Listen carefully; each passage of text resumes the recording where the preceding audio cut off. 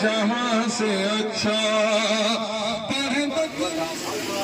इसके खुशहाली मनाने के लिए सभी लोग हम इकट्ठा हुए हैं। बड़े हर्ष का विषय है कि कितने परिश्रम के साथ हमारे पूर्वजों ने इसको संभाला। हमारे गुलाम हम खेती नहीं कर पाते थे, अंग्रेज कहते थे कपास हो पुराने जमाने को देते और अच्छी अच्छी कपास के जो कपड़े वो बनवा करके हमारे 100 गुना पैसा लेकर के हम भिजवाते थे। किसान गरीब हो गए, इसलिए आज मौका आया है कि हम लोग आज़ाद हो गए हैं। तो हमें सबसे बड़े हमारे पास धन है मतदान। गरीब हो या अमीर हो, मतदान सबका अधिकार बराबर है। हमारी जैसी इच्छा होगी वैसा हम करेंगे, किसी के दबाव में ना किसी के रुपये पैसे लाल प्रलोभन में जो है हम मतदान नहीं करना चाहिए। देश का भक्त वही है जो सही मतदान करता है, सही चुनाव करता है, सही कैंडिडेट को वोट देता है, वही देश का भक्त है, वही नागरिक है। लोभ में नहीं पड़ना चाहिए। इसलिए मैं सभी से कहता हूँ कि भगवान कृष्ण ने गीता में कहा है कर्मण्येवाधिकारस्ते मा फलेषु कदाचन। तुम अपना कर्म करो, फल देना तो मेरा काम। सरकार कहती है कि किसान को दुगनी आमदनी करवा देंगे। तो दुगनी आमदनी कैसे होगी जब किसान के पास पैदावार होगी। अब यहाँ वर्तमान पंचवर्षीय योजना में आप लोग जानते ही हैं कि जानवर कब तक बांधे जाते हैं, जब तक पायरा नहीं आता है। जब फ्री का पायरा आ जाएगा तभी लोग प्रधान जी बांधेंगे, सचिव साहब बांधेंगे। सरकार ने 276 नंबर बनाया है, जब गरीब जनता उसका नंबर लगाती है, लेकिन किसे बच्चा रोने लगता है तो महतारी उसको बौरा फुसला करके उसको शांत कर देती है। इसी तरह 276 नंबर वाले जो हैं तो बस बौरा फुसला करके कह देते हैं कि अगर तुम्हारा तो खुश हो तो 3 नंबर दबा दीजिए। किसान बेचारा 3 नंबर दबा देता है। अब फिर दोबारा फोन करते हैं तो कहते हैं कि कब तक इंतजार करें हम, तो कहता है कि मतलब गुमराह करने वाले लोग बहुत मिलेंगे आपको, हमें गुमराह करने वाले लोग बहुत मिलेंगे। जब ये देश गुलाम था तो क्या चंद्रशेखर आजाद को गुमराह नहीं किया गया था।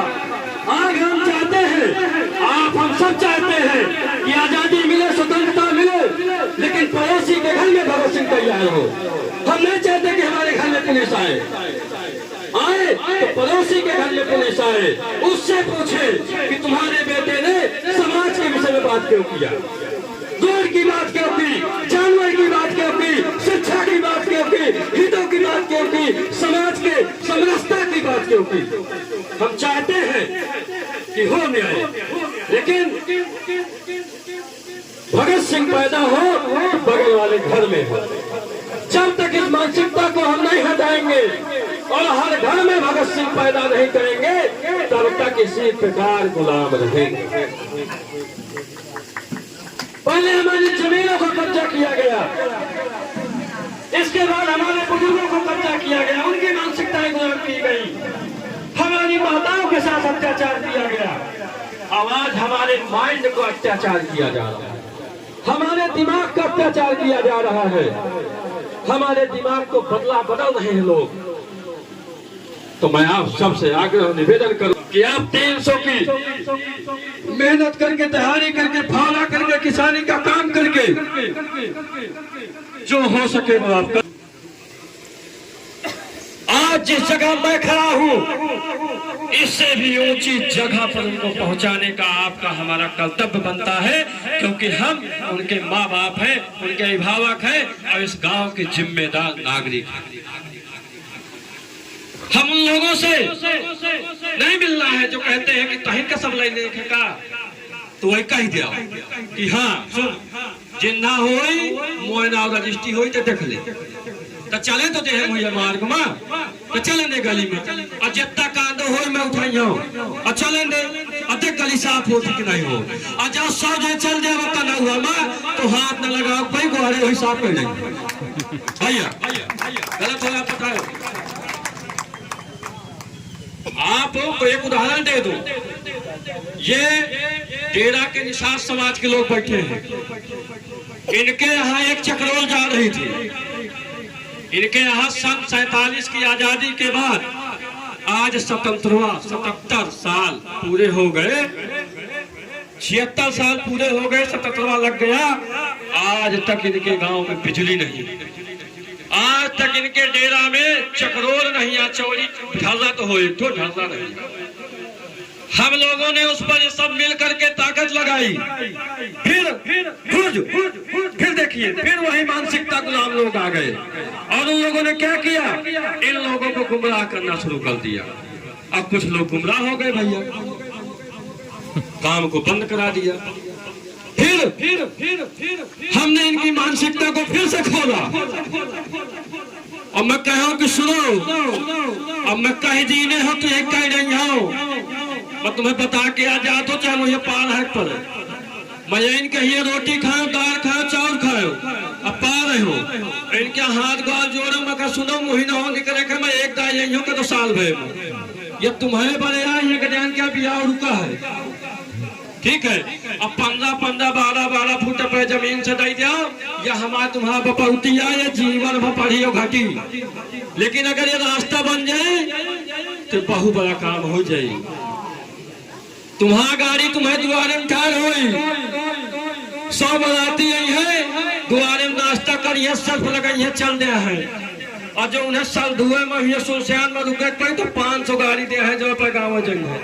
किस आज से रिश्तेदार ही बताओ कहाँ की के गली नहीं आए। मैं इन लोगों का ऋणी हूँ, जब तक इस शरीर में प्राण है तब तक ऋणी रहूंगा। इन लोगों ने मेरी बात को सुना और साथियों 12 फुट की रास्ता लगभग 1.5 किलोमीटर इन्होंने देने का, और पूरे रास्ता दे दी इन्होंने कि आप ले जाइए, बनाइए। अब बहुत जल्द उसमें मिट्टी का काम कराएंगे, बिजली भी हम वहाँ पहुँचाएंगे, लेकिन लगना पड़ता है। क्या होते उन्हीं मानसिकता गुलाम लोगों के साथ, क्या वहाँ कुछ होता ना होता। यही उदाहरण है आपका पानी का टंकी, यही उदाहरण है। यहाँ सत्ता के गुलाम लोगों ने, यहाँ सत्ता के गुलाम लोगों ने क्या किया था, गरीब जनता का खून चूसने का काम किया था। हम आप लोग 2100 रुपए कुंटल का धान नहीं बेच पावा, 1700 में हम खुद बेचा है, कोई 1600 में, कोई 1500 में, और एक रजिस्टर बन गया। उस रजिस्टर में 400 लोगों का नाम आ गया। कनेक्शन कितने हैं, 700, कटे कितने, 300। बताइए 300 लोग कौन थे, वो आपको नहीं पता चलेगा, क्योंकि उस रजिस्टर तक आप नहीं जाते हैं। आप जाते हैं केवल टंकी के दरवाजे तक और चले आते हैं। साथियों में रजिस्टर तक गया, उस रजिस्टर को उठवाया। रजिस्टर को उठवाने के बाद हमने उस रजिस्टर को पूरी सूची मंगवाई। हमने कहा बताइए कितने हैं। जब सामने आया तो 400 लोगों का नाम था उस रजिस्टर में, और उन तारा साहों ने अपने लोगों का नाम हटा दिया था। क्या हटा दे रहे पता है, 2160, 12 पंचे 60, 2160 रुपया, 300 घर, 3 दुनाई 60, 62,000 रुपए बच रहा था। वो किसका बच रहा था, वो उनके लोगों का बच रहा था। और जो 400 लोग थे उसमें रोज बेचारे 300 रुपए की खंती खोदने वाले लोग थे, उनके लिए मैंने लड़ाई लड़ने का काम किया था। साथ देने वाले कौन थे, आप ही लोग थे। उसके हमने आंखों को बंद कराया था, उसके हमने बोलती बंद किया था। हमने चैलेंज किया था कि अगर तुम में क्षमता है तो भैया बंद रखो। दादा तो माटीएम के समय कहती कि सुनो साहेब, ये जब पतला वहन ये कल खिलवाड़ न हो है जनता, ये चूतिया न हो वहन बताओ वहन की अगर आज तो आज और नहीं काल, नहीं काल कहे मैं जइयो थोड़ा लेके तोड़ हो ताला। बताओ आए हो आज अगर सतर्क हो जाइयो तो ठीक है, सकल बता दी हन। अभियाने अगर 3-5 के हो तुम ठार कही के जब तमाशा कर फिर न कहो। डीएम साहब ने इनको समझाया ये सब वीर पुरुष हैं, ये सब बैठे हैं यहाँ। अरे इन लोगों ने तो उस लड़ाई को लड़ा है, यहाँ लोग सामने आने के लिए डरते हैं। इन लोगों ने सामने कहा है कि सीना फाड़ देंगे, लेकिन सुरसेन को आजाद करा देंगे। अगर हम देश में आजाद कर सकते तो सुरसेन को आजाद करा ही देंगे साथियों। हम हर घर में चंद्रशेखर आजाद, बाबा साहब अम्बेडकर, सुभाष चंद्र बोस पैदा करने का काम करेंगे। और दादा ने कहा था कि डीएम साहब भी चल जाओ चाहिए, यही भाषा जो बोलते हो मैं, आप नहीं लगाएंगे, कहा डीएम साहब काल चल जाओ चाहिए और नहीं हम पे चला ले दे। इनको डीएम साहब ने बैठा करके कहा कि बाबा आप शांत होइए, गुस्सा शांत करिए, ये लीजिए पानी पीजिए, ठंडा पानी मंगाया। इन लोगों ने इनकार कर दिया कि हम पानी नहीं पिएंगे, जब तक गांव नहीं पिएगा हम पानी नहीं पिएंगे।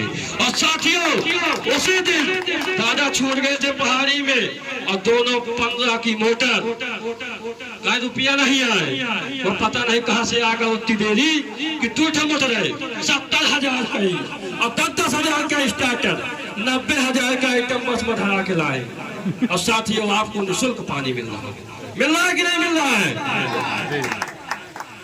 तो जब हम अपने हित की बात करेंगे, अपने समाज की बात करेंगे, अपने लाभ की बात करेंगे, इतिहास की बात करेंगे, तो निश्चित तौर से परिवर्तन होगा। क्या मुगल जैसे शासक थे, अंग्रेजों जैसे शासक थे, उनसे भी हमारे हिंदू मुसलमान सिख ईसाई सब लोगों ने मिलकर के लड़ाई लड़ने का काम किया था, तभी तो आजादी मिली है। आवाज